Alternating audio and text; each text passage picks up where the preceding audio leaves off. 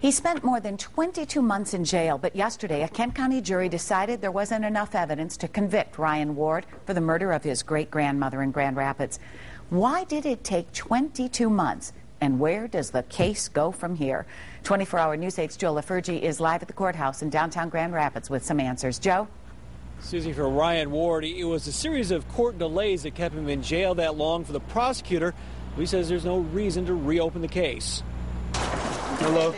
Yesterday brought the first taste of freedom after nearly 2 years in jail for Ryan Ward. A Kent County jury delivering a not guilty verdict in the brutal November 2008 beating death of Ward's great-grandmother, Ruth Juanita Boyd.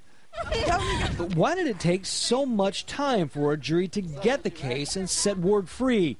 We went through court documents and talked to some of the main players to get some answers. We found it was a challenging case for investigators.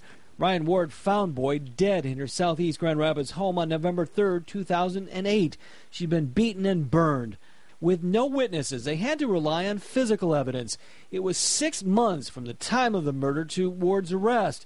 Another 22 months before the jury would get the case. The trial was supposed to start November 30th, 2009. But like so many cases, work on crucial DNA evidence wasn't complete, and the defense attorney had another case scheduled in another court. The next date, March 15th, came and went with more scheduling conflicts. The same with an April 19th date.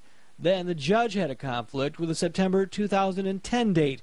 Finally, the case went to trial on January 18th of this year.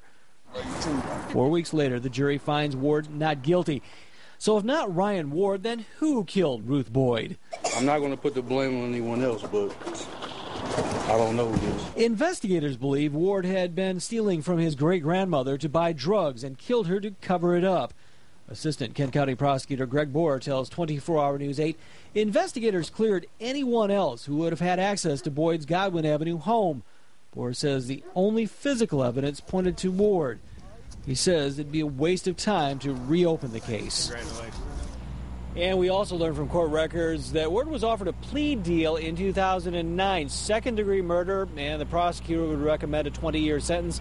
Obviously, he turned that down. Live in Grand Rapids, Joe LaFurgey, 24-hour News 8.